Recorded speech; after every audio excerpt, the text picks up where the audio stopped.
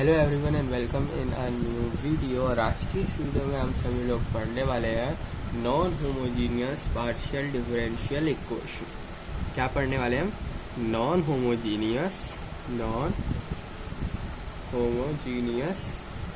Partial differential equation. ठीक है, हमने होमोजीनियस में पी आई कैसे फाइंड आउट करते हैं वो तो हमने देख लिया, बहुत आसान था। होमोजीनियस में कुछ बड़ी बात नहीं होती, सी एफ पी आई निकालना। बात करते हैं नॉन होमोजीनियस में कि नॉन होमोजीनियस में आप किस तरीके से C F and P I को जो है फाइंड आउट कर सकते हैं। फर्स्ट ऑफ ऑल हम बात करते हैं तो सी एफ को फाइंड आउट करने के रूल्स की। तो फर्स्ट ऑफ ऑल हम लोग किसकी फाइंड आउट करते हैं? Rules for C F. Simply C F को फाइंड आउट करने की बात करते हैं तो इसके भी ना कई सारे केसेस होते हैं। तो फर्स्ट ऑफ ऑल ना हम लोग बात करते हैं केस नंबर 1 की। ठीक है, 1 के भी कई पार्ट है, तो 1 के ए पार्ट की जो है यहाँ पर मैं बात करता हूँ। फर्स्ट केस कि सी एफ किस तरीके से जो है आपका यहाँ पर फाइंड आउट किया जाता है। तो फर्स्ट ऑफ ऑल अगर जो आपका ऑपरेटर है वो कुछ इस तरीके की फॉर्म में है, जो if the operator can be expressed in the form of किस तरीके के फॉर्म में d और d माइनस 1 के फॉर्म में अगर आप एक्सप्रेस्ड है किस तरीके से d minus m1 d dash minus a1 d minus m2 d dash minus a2 z is equal to r x comma y. Simply इस तरीके के फॉर्म में एक्सप्रेस्ड है आपकी इक्वेशन। तो पहला केस है आप किस तरीके से सी एफ को यहाँ पर लिखोगे वो देखो। आपका जो भी इक्वेशन है अगर वो इस तरीके से है, इस तरीके से एल एच एस में डी डैश कुछ इस तरीके से आपकी इक्वेशन बन रही है, आपकी इक्वेशन कुछ इस तरीके से बनी है बेसिकली। तो फिर आपका जो सी एफ निकालने का होगा, सी एफ किस तरीके से आपका लिखा जाएगा? सी एफ लिखा जाएगा z is equal to a to the power a1x। याद रखना अगर यहाँ पर माइनस होगा, ये देखो ये a1 है ये a2 है, अगर यहाँ पर माइनस होगा तो ही यहाँ पर प्लस का a1 आएगा। ठीक है, अगर यहाँ पर a1 जो है पॉजिटिव का रख दूंगे, पॉजिटिव का a1 होगा तो यहाँ पर नेगेटिव साइन आना चाहिए। ठीक है, साइन का यहाँ पर बहुत ज़्यादा इंपॉर्टेंट रोल है, तो साइन को ज़रूर देख लेना। यहाँ देखो माइनस माइनस माइनस माइनस, तो यहाँ वैल्यूज प्लस आ रही हैं, तो यहाँ वैल्यू क्या आ रही है? प्लस आ रही है। इस चीज़ का जो है आपको यहाँ पर ध्यान देना है। फिर क्या करोगे? f1 लिखोगे एंड y प्लस m1x कर दोगे, y प्लस अब इस वाली साइड का फर्स्ट ऑफ ऑल लिख रहे हैं, फिर उस वाली साइड का लिखेंगे, दूसरी साइड का। ठीक है, तो y प्लस m1 और d डैश है ना, सिंपली इसकी जगह x लिख दो आप। इसकी जगह आप क्या लिखोगे? x को यहाँ पर लिख दोगे तो x आ गया। ठीक है, y एंड देन x। ठीक है, a1 में जो हमारा पहली साइड है उसके लिए, पहली साइड के लिए x आता है, दूसरी साइड के लिए यहाँ पर y आ जाएगा और यहाँ पर x आ जाएगा, उल्टे हो जाएंगे। ठीक है, फर्स्ट साइड का आप लिख रहे हो तो फर्स्ट ऑफ ऑल y लगाओगे, देन प्लस लिखोगे एंड देन बीच में जो m1 है, जो d डैश का कोफिशिएंट है, इसको लिखोगे m1 एंड देन आप x का मल्टीप्लाई करोगे। अब क्या करोगे आप? अब बारी आएगी दूसरे वाले की, इस वाले की d2 वाले टर्म की। ठीक है, इसको भी आप इसी तरीके से करोगे, e to the power a2x, इसमें कोई चेंज नहीं होगा, देख सकते हो साइन वही है। साइन का यहाँ पर याद रखना, अगर यहाँ पर पॉजिटिव साइन होते तो सिंपली यहाँ पर नेगेटिव मार्क आ जाता। पॉजिटिव साइन होते अगर यहाँ पर तो सिंपली यहाँ पर आप लोगों का नेगेटिव मार्क आ जाता। ठीक है, अब क्या होगा? f1 लगेगा y प्लस m2x। तो इस तरीके से जो है आपकी इक्वेशन लिखी जाएगी, इस तरीके से जो है आपकी इक्वेशन यहाँ पर लिखी जानी है। याद रखना ये कांस्टेंट है, इनका बस आपको ध्यान देना है। ये कांस्टेंट जो है किस तरीके से लिखे हुए हैं इक्वेशन के अंदर, इक्वेशन के अंदर ये कांस्टेंट जो है किस तरीके से लिखे हुए हैं, और जो आपके बीच में डी डैश का कोफिशिएंट है वो कोफिशिएंट है कि नहीं है, किस तरीके से बन रहा है वो आपको देखना यहाँ पर पड़ेगा। a1 वगैरह जो है ना, लास्ट वाले जो होते हैं कांस्टेंट, इनको लिखते हैं हम e टू दी पावर में। जो डी डैश के कोफिशिएंट होते हैं इनको हम x के साथ मल्टीप्लाई करते हुए लिखते हैं, y को यहाँ पर ऐड कर देते हैं। ठीक है, और यहाँ पर एक गलती रहेगी, यहाँ पर y2 आएगा, f2 आएगा, ठीक है। दूसरा है ना, पहला इसका ये रहा, देखो इस वाले का CF ये रहा, इस वाले का CF ये रहा, ठीक है। इस तरीके से लिखा जाता है। इसमें डिफरेंशियल जैसा झंझट नहीं रहता कि आप भाई कि इसमें केसेस बनेंगे, अल्फा वगैरह आएंगे, उसको फिर जोड़ेंगे, उस तरीके का यहाँ पर केस नहीं बनता। सीधी बात है, यहाँ पर देख देख के उतारना है CF को देख देख के आपको उतारना होता है। अब बढ़ते हैं हम आगे, जो इसका केस 1 का बी पार्ट है, केस 1 का बी पार्ट है। अब बढ़ते हैं हम उसकी तरफ। अब बी पार्ट क्या है, अगर आपका d minus m1 d dash minus a1, ये जो इसके फैक्टर हैं, अगर इसके फैक्टर निकालोगे, अगर वो लोकेट कर रहे हैं फाइव डी डैश में, अगर वो आ रहे हैं फाइव डी डैश में, देन जो आपका CF होगा वो थोड़ा सा अलग होगा, यानी कि इसके पावर्स आ रही हैं। सिंपली कहूँ, रूट्स निकालने पे पावर्स बन रही हैं। क्या बोला, देखो मैं अभी आपको बताऊँ, ये फैक्टर्स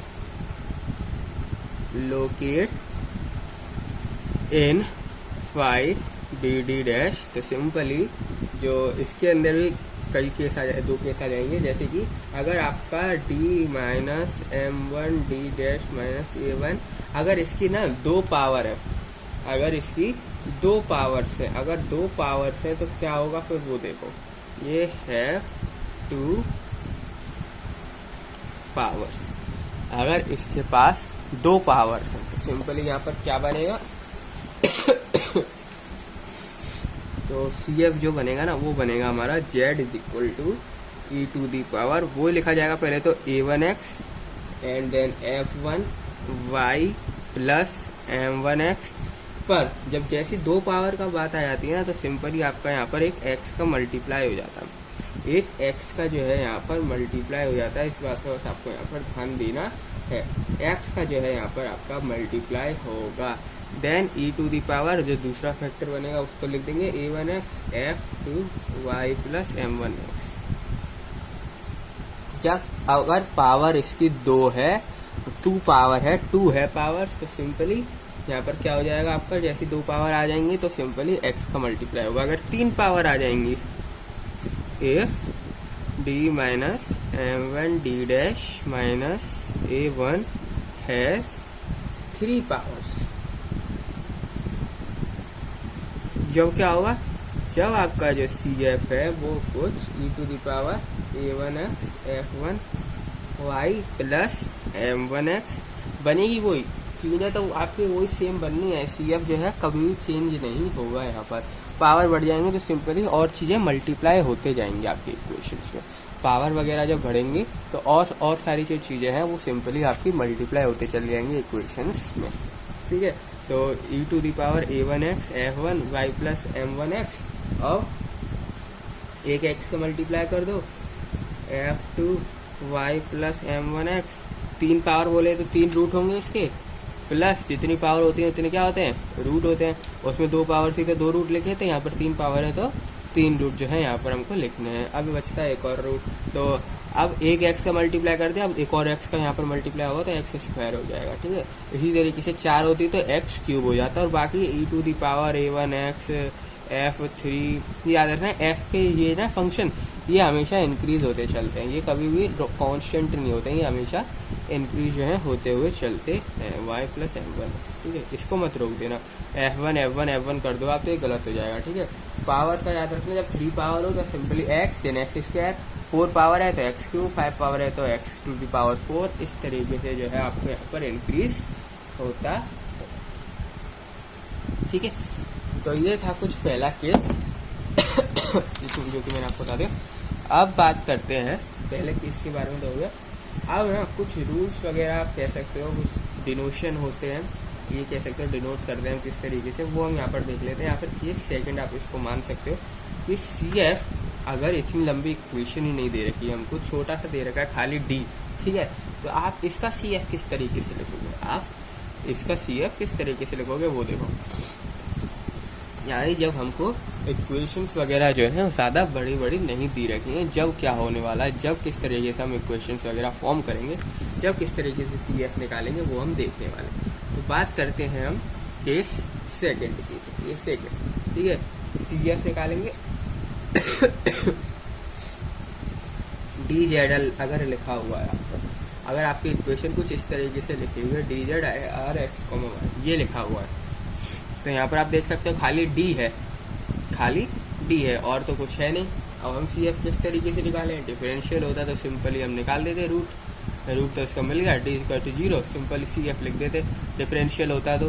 पर डिफरेंशियल तो ये है नहीं, ये है हमारा non homogeneous and partial differential equation है, डी डैश भी आएगा।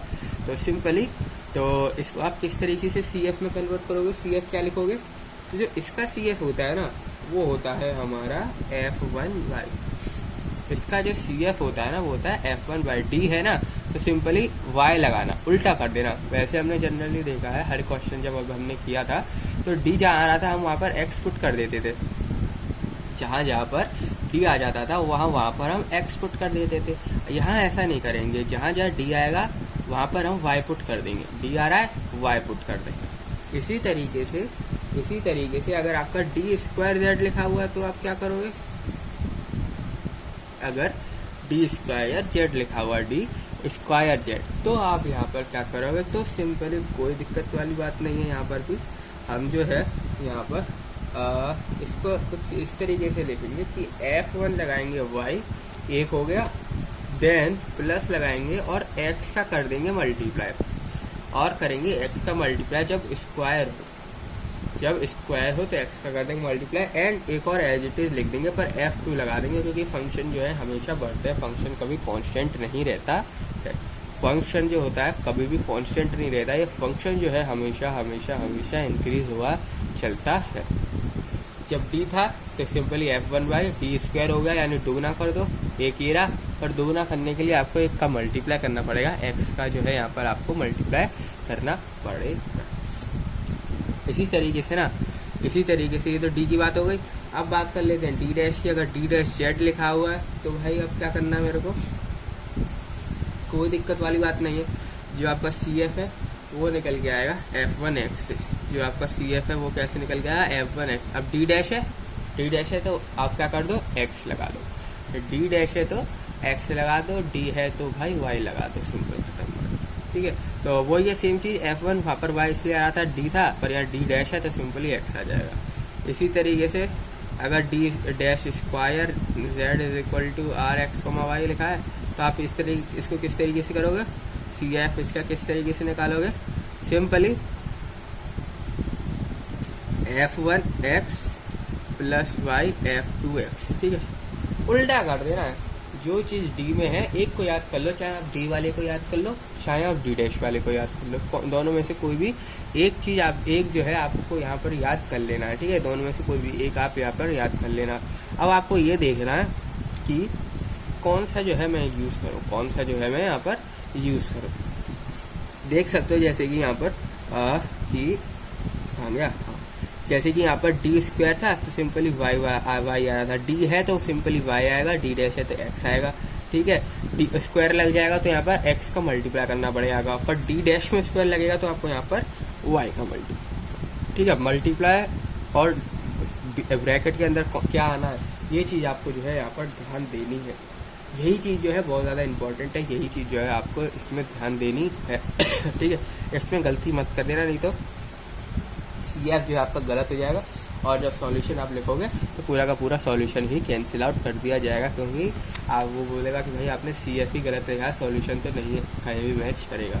ठीक है, तो अब बढ़ते हैं हम केस नंबर 3 की तरफ, केस 2 था, अब बढ़ते हैं हम केस नंबर 3 की तरफ कि आखिर केस नंबर 3 क्या कह रहा है। केस नंबर 3 ना बहुत ज़्यादा इंपॉर्टेंट है, केस नंबर 3 बहुत ज़्यादा इंपॉर्टेंट है, क्योंकि कभी कभी क्या होता है ना, हम फैक्टर वगैरह तो फाइंड आउट कर ही नहीं पाते हैं, हम लोग फैक्टर वगैरह फाइंड आउट नहीं कर पाएंगे। कभी कभी ऐसे क्वेश्चंस आ जाएंगे आपके सामने कि फैक्टर आप भाई निकाल ही नहीं पा रहे हो, फैक्टर वगैरह निकाल नहीं पा रहे हो, तो आप क्या करोगे, तो हम केस नंबर 3 का जो है यहाँ पर इस्तेमाल करते हैं। क्या बोलता है केस नंबर 3 में, the operator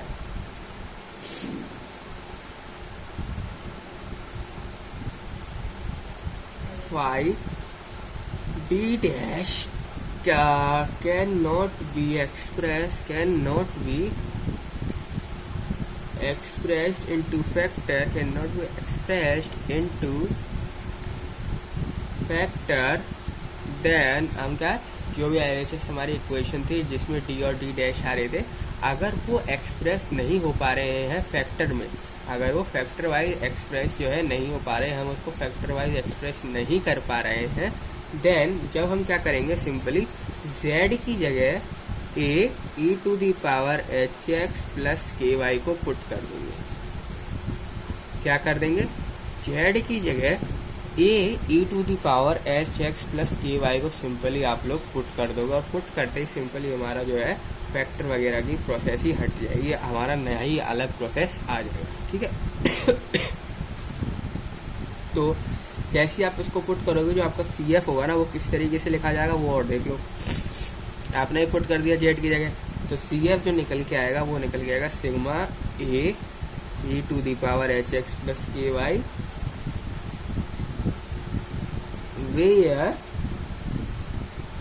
where f h k is equal to 0, where f h k is equal to 0। Simply factor नहीं निकलना है, कुछ नहीं करना, z की जगह a e to the power hx plus ky को आपको पुट कर देना है। जैसे ही आपने ये वाली वैल्यू को जो है पुट कर दी इक्वेशंस में, देन जो आपका CF फॉर्म होगा वो कुछ इस तरीके से आपका CF फॉर्म होगा, जहाँ पर जो h k है वो हमारा 0, फंक्शन ऑफ h k जो होगा वो होगा 0, फंक्शन ऑफ h k क्या होगा आपका 0 होने वाला है। ठीक है, ये एक बात थी। अब एक आप क्वेश्चन कर लेते हैं, तो ज़रा देख लेंगे किस तरीके से हमारा ये जो है वर्क कर रहा है। तो क्वेश्चन जो है वो कुछ इस तरीके से है, d minus d dash minus 1 d minus d dash minus 3 z is equal to. अब हमको इसका CF जो है यहाँ पर फाइंड आउट करना है। तो CF आप किस तरीके से लिखोगे, मैंने आपको बताया, e टू दी पावर जो A1 था, A1 कौन सी साइड था हमारा, ये वाली साइड था A1। ठीक है, सबसे पहले तो इसकी बात करते हैं। यहाँ था तो 1 है तो 1x लिख देंगे। ठीक है, 1x लिख दो या फिर खाली x लिख दो, कोई दिक्कत नहीं, x लिख दो। ठीक है, 1 से मल्टीप्लाई करेंगे तो आएगा वही हमारा f1 लगाएंगे एंड y प्लस और जो m1 यानी कि d डैश का कोफिशिएंट, d डैश का कोफिशिएंट है हमारा 1, तो सिंपली 1x m1x है ना, तो 1 का मल्टीप्लाई कर दो x से, x ही आएगा। ठीक है, plus e to the power यहाँ पर a2 क्या है 3, तो 3x लिख दो। याद रखना साइन देख लेना, नेगेटिव है तो यहाँ पॉजिटिव आएगा, या नेगेटिव तो यहाँ पॉजिटिव आएगा। देन f2 फंक्शन हमेशा इंक्रीज करेगा, y प्लस इसका कोफिशिएंट है 1 का मल्टीप्लाई x से होगा तो वापस से क्या ही बनेगा x। तो जो आपका CF फॉर्म होगा वो होगा e to the power x f1 y plus x plus e to the power 3x f2 y plus x। तो ये जो है आपका यहाँ पर CF फॉर्म हो जाएगा। ठीक है, और देखते हैं आप CF को, आपको ना CF फाइंड आउट करना है। लिखा हुआ है यहाँ पर r plus 2s plus t plus 2p plus 2q plus z is equal to 0, ये लिखा हुआ है आपके पास। आपसे बोल दिया इसका CF फाइंड आउट करो। ठीक है, आपने यहाँ पर देखा कि भैया ये तो मेरे को पता है नहीं है कि RST क्या होता है, मैंने आपको ये बता रखा है, मैंने आप सभी लोगों को ये बता रखा है। डिफरेंशियल में नहीं देखा तो कोई दिक्कत वाली बात नहीं है, मैं यहाँ पर बता देता हूँ। जो R होता है, R को कहते हैं del square z by del x square. ठीक है, जो हमारा S होता है इसको कहते हैं हम del square z by del x del y, और 2 का मल्टीप्लाई है तो 2 का मल्टीप्लाई यहाँ कर दो। जो t होता है इसको कहते हैं del square z by del y square. जो p होता है del z over del x कहा जाता है, p को p के साथ क्या यहाँ पर 2 तो 2 का मल्टीप्लाई। जो q होता है इसको बोलते हैं del z over del y, 2 का मल्टीप्लाई कर देंगे, 2 है यहाँ पर, प्लस z का z ही बोला जाता है और इक्वल टू 0। ठीक है, तो अब आपको आई होप पता चल गया होगा r किसको कहते हैं, s किसको कहते हैं, t किसको कहते हैं, p किसको कहते हैं, q किसको कहते हैं। ठीक है, और z को हम एज इट इज z ही लिखते हैं, z में यहाँ पर कोई भी चेंजेस नहीं होते हैं, z को आप एज इट इज वही लिखते हैं z। ठीक है, अब क्या करना है हमको, अब सिंपली इसका सी एफ फाइंड आउट करना है। अब मैंने आपको बताया या इससे आप जो है नॉर्मल जनरल फॉर्म में किस तरीके से लिख सकते हो, डी और डी डैश के फॉर्म में लिख दो, क्योंकि वहीं से आप सी एफ जो है ढंग से देख के पता लगा पाओगे। ठीक है, तो ये क्या होता है हमारा डी स्क्वायर एक्स आ जाए नीचे तो डी स्क्वायर हो जाता है, एंड वाई आ जाए तो सिंपली डी डैश आता है। तो ये क्या होगा हमारा, ये होगा डी डैश स्क्वायर, पर बीच में देखो 2, सबसे पहले एक्स है तो डी लिख दो, फिर वाई है तो डी डैश लिख दो। ठीक है, यहाँ पर है वाई तो सिंपली डी डैश का स्क्वायर आएगा, वाई का स्क्वायर है तो डी डैश का स्क्वायर, प्लस 2x है तो डी लिख दो, एंड y है तो डी डैश लिख दो, plus z is equal to, अब z को मैं कॉमन ले लूँगा कुछ इस तरीके से सब में से, एंड इज इक्वल टू 0। ठीक है, सब में से मैं क्या कर दूँगा, z को जो है कॉमन ले लूँगा एंड इक्वल टू 0। ठीक है, अगर आप लोग इस इक्वेशन को यहाँ पर ढंग से देखो, आप लोग इस इक्वेशन को यहाँ पर ढंग से देखो तो सिंपली ये कुछ इस तरीके से नहीं बन रही। कॉमन ले लो, इसमें डी स्क्वायर है, डी डैश स्क्वायर है, 2d आ रहा, डी डैश आ रहा, तो सिंपली हमारी जो इक्वेशन है D plus d dash plus 1 के फॉर्म में नहीं बन रही, इसके स्क्वायर के फॉर्म में बन रही है ना, सिंपली इसके स्क्वायर के फॉर्म में।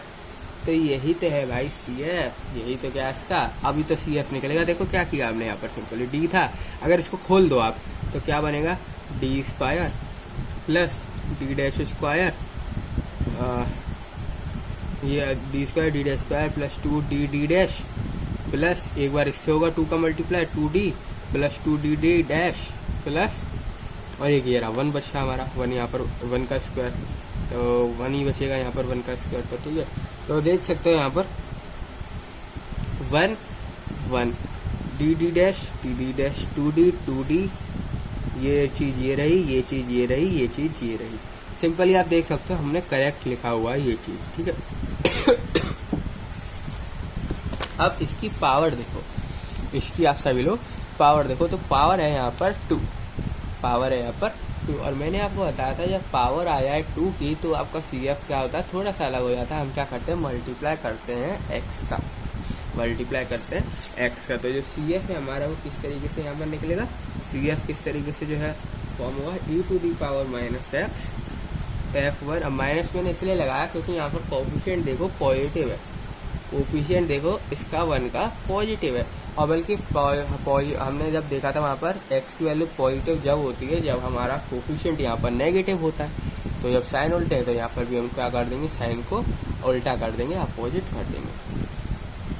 y अब यहाँ पर भी देखो साइन फिर उल्टा हो गया पॉजिटिव, तो यहाँ पर नेगेटिव करना पड़ेगा मेरे को माइनस एक्स। ठीक है, पॉजिटिव तो यहाँ नेगेटिव, वहाँ नेगेटिव तो यहाँ पर पॉजिटिव। ठीक है, अब क्या करूँगा मैं, एक्स का मल्टीप्लाई करूँगा क्योंकि इसका पावर देखो स्क्वायर है, इसका पावर स्क्वायर है, तो सिंपली एक्स का मैं मल्टीप्लाई करूँगा एंड देन वापस से सेम चीज़ जो है लिख दूंगा, पर f2 लिखूँगा, f1 नहीं लिखूँगा, क्योंकि फंक्शन जो है हमेशा इंक्रीज होता है, फंक्शन जो है हमेशा इंक्रीज होता है, फंक्शन कभी भी डिक्रीज नहीं होता। तो फंक्शन को है ना आप लोग कभी भी डिक्रीज मत कर देना, फंक्शन को डिक्रीज मत करने लग जाना, फंक्शन हमेशा जो है इंक्रीज होता है। ये कभी भी f1 दो जगह लिख दोगे तो आपका CF जो है बिल्कुल गलत हो जाएगा, CF जो है बिल्कुल गलत हो जाएगा, CF जो है आपका फाइंड आउट नहीं होगा। अब बढ़ते हैं हम नेक्स्ट क्वेश्चन की तरफ। तो जो नेक्स्ट क्वेश्चन है वो है हमारा यहाँ पर r minus t plus p minus q is equal to 0, ये लिखा हुआ है आपके पास। ठीक है, सिंपल मैंने आपको ही बताया आर टी पी क्यू कहते किस किस को है सिंपल, तो कमेंट सेक्शन में कमेंट करके बताना और अपनी कॉपी में लिख लेना। मैं अब सीधा यहाँ से लेके डी वाले फॉर्म में जो है कन्वर्ट करने वाला हूँ, बीच में वो वाला स्टेप छोड़ रहा हूँ, बड़ा सा जो स्टेप लिखते हैं del square z over del x square, ठीक है, वो वाला मैं स्टेप छोड़ रहा हूँ। वो तो सब आपको मैंने अभी बता दिया कि आर किसको कहते हैं, टी किसको कहते हैं, पी किसको कहते हैं, क्यू किसको यहाँ पर कहते हैं। तो सिंपली कन्वर्ट करूँगा तो मेरा कुछ बनेगा d square minus D dash square plus D minus D dash, simply यही बनेगा सिंपली यही बनेगा इक्वेशन नंबर 1। मैं इसको यहाँ पर नाम दे देता हूँ, जो हमारी इक्वेशन बनेगी वो यही बनेगी, डी स्क्वायर, आर मतलब डी स्क्वायर, टी मतलब डी डैश स्क्वायर, पी मतलब डी एंड क्यू मतलब डी डैश। सिंपल बात है यार ये तो, ठीक है, ये तो बिल्कुल ही सिंपल है। अब क्या करना है हमको, हमें तो भैया इसका तो पता नहीं सी एफ किस तरीके से निकलेगा, हम तो जानते नहीं है इस तरीके से सी एफ निकालना। तो मैं क्या करूँगा यहाँ पर सोचूंगा कि मैं कॉमन क्या ले लूँ, इसमें से क्या करूँ ऐसा कि जो है सी एफ निकालने की जो मेरा एक बेसिक जनरल फॉर्म होती है वो मेरी निकल के आ जाए। बेसिक जनरल फॉर्म होती है सी एफ निकालने की, वो मेरी फॉर्म हो जाए, यानी कि कुछ इस तरीके से मेरी इक्वेशन जो है फॉर्म हो जाए, या फिर जो दो इक्वेशन बनती हैं वैसी फॉर्म हो जाए। इस तरीके का मेरे को नहीं आता भाई सी एफ लिखना। तो मैं क्या करने वाला हूँ, सिंपली अगर मैं इसको D plus d dash and D plus d dash और डी माइनस डी डैश कर दूँ और प्लस कर दूँ डी माइनस डी डैश को, सिंपली कुछ किया मैंने क्या, अभी कुछ किया क्या मैंने कुछ नहीं किया यार। डी स्क्वायर और डी डैश स्क्वायर को ब्रेक कर दिया, D square and D dash square को मैंने यहाँ पर क्या कर दिया, ब्रेक कर दिया। ब्रेक करो इसको, क्या आएगा, of course D plus d dash and D minus D dash, D plus d dash and D minus D dash, यही तो आएगा ना D square minus D dash square को ब्रेक करने पे। यस ऑफकोर्स सी बात है, यही आएगा हमारा, वो सेम चीज़ मैंने जो है यहाँ पर लिख दी। अब मैं क्या करने वाला हूँ, डी माइनस डी डैश, क्योंकि यहाँ पर तो यही है ना मेरे पास डी माइनस डी डैश, और यहाँ पर भी है डी माइनस डी डैश, तो सिंपली इसको मैं कॉमन ले लूँगा। डी माइनस डी डैश को जो है मैं यहाँ पर लेने वाला हूँ कॉमन। कॉमन लेते ही जो मेरी इक्वेशन बनेगी, कॉमन लेते ही जो इक्वेशन बनेगी वो कुछ मेरी बनेगी, यहाँ पर क्या बचा, D plus d dash, and यहाँ पर कॉमन हटा दूंगा तो वो बचेगा 1 खाली। तो इस तरीके से मेरी इक्वेशन फॉर्म हो जाएगी। अब ये कुछ जनरल फॉर्म से जान पहचान सी लग रही है, हाँ अब तो लग रही है ये जनरल फॉर्म से जानी पहचानी। तो सिंपल बात है यार, आपको इक्वेशन को ब्रेक करके जनरल फॉर्म की तरह ले आना है, ठीक है। अभी भी यहाँ पर क्या है, यहाँ पर तो कुछ है नहीं, कोफिशिएंट अब कुछ नहीं है ना यहाँ पर, सिंपली तो उसे 0 मान लो। तो डी माइनस डी डैश कुछ नहीं है ना, तो यहाँ पर सिंपली -0 मानना, +0 मत मान जाना, ठीक है।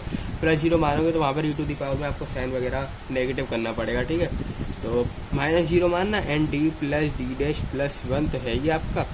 अब इसका सी एफ निकालना तो है बहुत ही ज़्यादा आसान, इसका सी एफ निकालना तो बहुत ही ज़्यादा आसान है, आप लोगों ने कई बार अभी निकाल ही चुके हो, तो कोई दिक्कत वाली बात यहाँ पर आने अब वाली नहीं है। सी एफ क्या होगा इसका, सी एफ लिख देते हैं।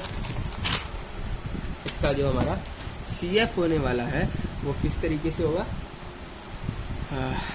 Z is equal to e to the power, उसका कोफिशिएंट था 0 तो 0x आ जाएगा, यहाँ पर बात खत्म। f1 fy प्लस, अब x वो बीच में उसका -1 था, डी डैश के साथ कोफिशिएंट का था -1 था, इसलिए यहाँ पर प्लस आएगा, प्लस x, ठीक है। Plus e to the power -x क्यों आया, पॉजिटिव वैल्यू इसलिए -x आया। डी डैश का कोफिशिएंट देखोगे तो ये भी पॉजिटिव है, तो यहाँ पर भी अंदर भी क्या आएगा, यहाँ पर आपका माइनस आएगा, अंदर भी क्या आएगा आपका माइनस आएगा। तो f1y माइनस x, तो ये जो होगा आपका यहाँ पर सी एफ होगा। तो जो रिजल्टेंट सी एफ होगा वो ये होने वाला है, रिजल्टेंट सी एफ जो है आपका ये होने वाला है। तो अब बढ़ते हैं हम सभी लोग नेक्स्ट क्वेश्चन की तरह। अब हमने केस सारे केस तो वैसे डिस्कस कर लिए, लास्ट वाला एक केस बचता है हमारा, केस नंबर 3, जहाँ पर मैंने आपको बताया था कुछ सिग्मा वगैरह में आपको बता रहा था कि अगर आपका जो है यहाँ पर रूट्स वगैरह नहीं फाइंड आउट हुआ है, मेरा मतलब है रूट वगैरह से, कि जैसे कि अभी हमने क्वेश्चन में किया इस तरीके से डिवाइड नहीं हो रहे हैं, इस तरीके की इक्वेशन आपकी जो है यहाँ पर नहीं फॉर्म हो रही है, तो आपको यहाँ पर करना क्या है वो अब मैं आप सभी लोगों को बताने वाला हूँ। यानी कि केस नंबर 3 जो है अब मैं 3rd वाला एक क्वेश्चन लेने वाला हूँ। तो क्वेश्चन है आपके पास d dash plus d dash square minus P square z is equal to f(x, y) ये लिखा हुआ है आपके पास, ठीक है। ये जो है चीज़ आपके पास लिखी हुई है, ऐसा क्वेश्चन जो है आपके पास यहाँ पर लिखा हुआ है। अब आपको करना कुछ नहीं है यहाँ, बिल्कुल भी लिटरली कुछ नहीं करना। नहीं हो रहा डिफरेंशिएट, सबसे पहले करके देखो, ट्राई कर लो क्या ये हो रहा है। इसका पी आ गया, पहली बात पी आ गया। सी एफ में इसका नहीं लिखा पाऊंगा भाई यार, क्योंकि यहाँ कॉन्स्टेंट नहीं है, कोफिशिएंट नहीं है, डिफरेंशिएट भी नहीं हो रहा, मतलब ब्रेक भी नहीं होगा ये LHS। तो मैं क्या करूँगा यहाँ पर, कुछ नहीं करना है, मैंने आपको बताया सपोज कर लेना है, लेट कर लेना है z is equal to a E to the power HX plus KY को आपको सपोज कर देना, लेट कर देना है, ठीक है। अब क्या होगा, जैसे आपने सपोज कर लिया, सबसे पहले ऊपर वाली इक्वेशन को 1 नाम दे दो, इस इक्वेशन को नाम दे दो 2। तो फ्रॉम इक्वेशन 2 लिख दो, अब आप फ्रॉम इक्वेशन 2। अब इक्वेशन 2 से क्या भाई, इक्वेशन 2 से ये तो जो आपका del z over del x है, del z over del x है, ये होगा हमारा h a e h x plus के वाई, कुछ नहीं। जो ये चीज़ है ना आपकी, ये सिंपली जेड में हमने पुट कर दी। अब जेड देखो, इसमें थोड़ा डिटेलिंग लिख देता हूँ आपको, शायद ऐसे ज़्यादा समझ में आएगा। Simply a E to the power H x plus के वाई, ये जेड पुट कर दिया, जेड वाली वैल्यू, एंड यहाँ पर होता है d dash plus d dash square minus P square. अब डी डैश को मैं d del z over del x नहीं लिख सकता हूँ क्या, लिख सकता हूँ, ऑफकोर्स यही तो लिखता हूँ, और मैं लिखता ही क्या हूँ, डी डैश को, ठीक है, सॉरी डी को, डी आएगा यहाँ पर, डी को, ठीक है, तो स्क्वायर है, ठीक है, स्क्वायर, डी स्क्वायर को लिखते हैं क्या हूँ, del square z over del x square, ये सब चीज़ें तो मैं लिखता हूँ। तो सिंपली अब मैं कर क्या रहा हूँ यहाँ पर, इस चीज़ को अंदर यहाँ पर तीनों से मल्टीप्लाई कर रहा हूँ, इस चीज़ को मैं अंदर तीनों से जो है यहाँ पर मल्टीप्लाई कर रहा हूँ, ठीक है। तो अब क्या करना है आपको, कुछ नहीं, अंदर तीनों से मल्टीप्लाई कर, सबसे पहले मैं पी से इसको मल्टीप्लाई कर देता हूँ यहाँ पर, जो मैं इसको यहाँ पर मैं मल्टीप्लाई करूँगा तो मेरा जो है क्या बनेगा यहाँ पर, simply del z over del x is equal to h a sorry p a E to the power H x plus के वाई, ये क्या p a x plus p y. अब मैं क्या करूँगा, सिंपली अब डी स्क्वायर से multiply कर देता हूँ, तो ये क्या होता है, del z over del x square होता है जो वैल्यू होती है डी स्क्वायर की, del square z over del x square होती है। अब इससे मैं मल्टीप्लाई करूँगा तो एच स्क्वायर का यहाँ पर मेरे को, एच स्क्वायर का यहाँ पर मेरे को मल्टीप्लाई करना पड़ेगा, एच एक्स प्लस के वाई हो गया। इसको इक्वेशन नंबर 3 नाम दे दो, इसको इक्वेशन नंबर 4 नाम दे दो। अब बचता है डी डैश वाला टर्म, डी डैश क्या होता है, डी डैश होता है भाई del square z over del x square, d dash होता है, ठीक है, ये होता है डी डैश। सिंपली अब कुछ नहीं करना, आपको क्या करना है, क्या बचा, पी हो गया, एच हो गया, अब बचता है के, तो सिंपली के स्क्वायर का यहाँ पर करो मल्टीप्लाई, ई एच एक्स प्लस के वाई, और इसको इक्वेशन नंबर जो है आप कौन सी इक्वेशन बची, इस वाली इक्वेशन को नाम देना कोई ज़रूरी नहीं है, तो मैंने एक ट्रायल के लिए आपको बता दें, यहाँ पर एच लिख देता हूँ। ये तो मैंने आपको सिंपली एक ट्रायल के लिए बताया कि लिखा किस तरीके से आता है, ठीक है। लिखना तो आपको खाली इन दोनों के साथ ही है, लिखना आपको इन दोनों के साथ ही है। ये तो मैंने आपको ट्रायल में बता दिया था कि आखिर लिखा जाता है तो जाता किस तरीके से है। पी के साथ जो है हम यहाँ पर नहीं लिख सकते, पी के साथ क्यों नहीं लिख सकते, क्योंकि यहाँ पर हमको पता ही नहीं है डी है कि डी डैश है इसके साथ, तो ये चीज़ हम नहीं ढूंढ पाएंगे।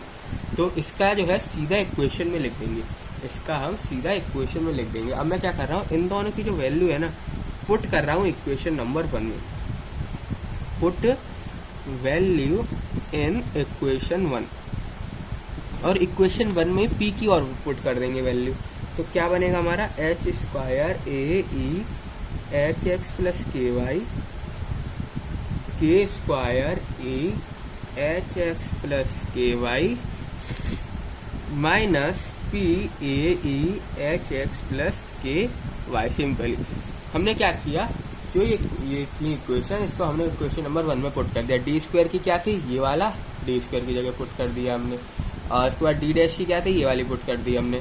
अब पी की बची थी, पी की, तो पी की जगह हमने क्या पुट कर दिया, सिंपली पी का मल्टीप्लाई किया, एंड देन ये वाली जो चीज़ थी a E to the power H x plus के वाई का हमने मल्टीप्लाई कर दिया। हो यही रहा है, हो ही यही रहा है, हम कर क्या रहे हैं, मल्टीप्लाई तो कर रहे थे, तो सेम हमने वो भी यहाँ पर मल्टीप्लाई कर दिया। जैसे हमने यहाँ पर कर दिया मल्टीप्लाई, अब क्या करना है, अब क्या होगा हमारा, सिंपली कुछ नहीं, अब आपको कुछ नहीं करना, कॉमन ले लेना है इनको, आपको क्या, अरे यहाँ पी स्क्वायर है ना, पी स्क्वायर है। अब आपको कुछ नहीं करना, ये चीज़ ये अलग आ जाएंगे। क्यों अलग आ जाएंगे, क्योंकि a E to the power H x, ये जो e to the power H x है ना, ये सारी चीज़ें ये तो सब कॉमन है, ये तो तीनों में क्या है, सेम है, तो इन तीनों को मैं ले लूँगा बाहर। तो a E to the power H x plus के वाई को तो मैंने ले लिया बाहर, अंदर क्या बचा, एच स्क्वायर बचा, के स्क्वायर बचा, एंड देन माइनस का पी स्क्वायर बचा। ये चीज़ जो है आपके अंदर बची है अंदर, ठीक है। अब क्या करना है, ये चीज़ जो है आपकी बची, अब मेरे को क्या करना है, क्या ये चीज़ आपकी, और हाँ इक्वल टू 0, ये 0 लगाना तो भूल गया था। अब बताओ इसमें क्या क्या क्या ये चीज हमारी जीरो हो सकती है ए ई एच एक्स प्लस के वाई। अगर यही चीज जीरो हो रही होती, अगर यही चीज जीरो हो जाती तो हम यहाँ तक पहुँचते ही नहीं। अगर यही चीज आपकी जीरो हो गई होती तो यहाँ तक पहुँचते नहीं। जीरो ये हो सकता है, ये हो सकता है जीरो। जब भी तो हमने ये किया था, अब क्या हमने किया ही क्यों था, ये वाली सारी चीज हमने इसका मल्टीप्लाई किया ही क्यों था? इसलिए तो किया था क्योंकि इसका जो है रूट वगैरह नहीं फाइंड आउट हो रहे थे, क्योंकि इसके जो है रूट वगैरह तो फाइंड आउट नहीं हो रहे थे, यानी कि रूट फाइंड आउट नहीं हो रहे थे, यानी कि ये इक्वल टू जीरो नहीं हो रहा, इक्वल टू जीरो हो रहा था। सिंपली बात खत्म।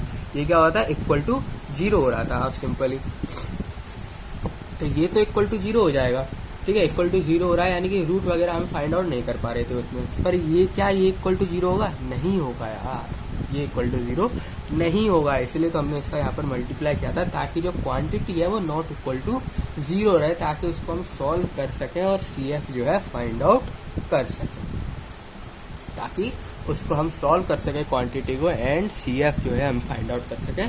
तो जो a E to the power H x plus के वाई है ना, ये जीरो नहीं होगा, परंतु एच स्क्वायर प्लस के स्क्वायर माइनस पी स्क्वायर जो है जीरो हो जाएगी। एक चीज़ तो जीरो होनी है इसमें, तो सभी तो टोटल क्वांटिटी हमारे इक्वल टू के बराबर होगी, एक चीज़ तो आपकी जीरो होनी है। चाहिए तो ये, पर ये नहीं हो सकता जीरो। अगर ये जीरो हो गया तो बाकी पूरा करने का हमारा मतलब ही क्या रहा? तो ये नहीं हो सकता जीरो, ये आपका जीरो जो है यहाँ पर हो जाएगा। तो अब सी एफ किस तरीके से निकलेगा, ये सब तो हमने कर दिया। अब सी एफ बताओ भाई, सी एफ किस तरीके से निकलेगा? हमें तो भाई मेनली सी एफ निकालना है। तो जो सी एफ लिखा जाएगा ना, जो सी एफ लिखा जाएगा वो लिखा किस तरीके से आएगा वो देखो।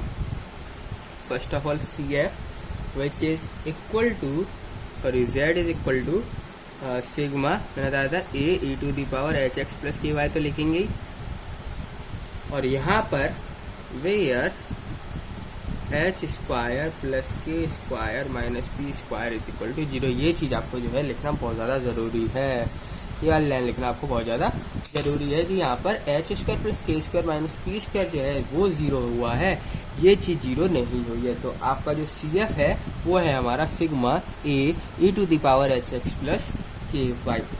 ये जो है आपका यहाँ पर सी एफ फाइंड आउट हुआ है। तो ये इस वीडियो में इतना ही। हमने देख लिया यहाँ पर जो केस थे उसके सिंपली देख लिए किस तरीके से सी एफ वगैरह फाइंड आउट होते हैं, यही केस होते हैं। इसी तरीके से जो है आपके सी एफ जो है यहाँ पर फाइंड आउट होता है, और कोई भी केस नहीं है, ठीक है। अब हम बात करने वाले हैं पी आई की, जो है बात करेंगे नेक्स्ट वीडियो में। इस वीडियो में इतना ही, मिलते हैं आप सभी लोगों के नेक्स्ट वीडियो में।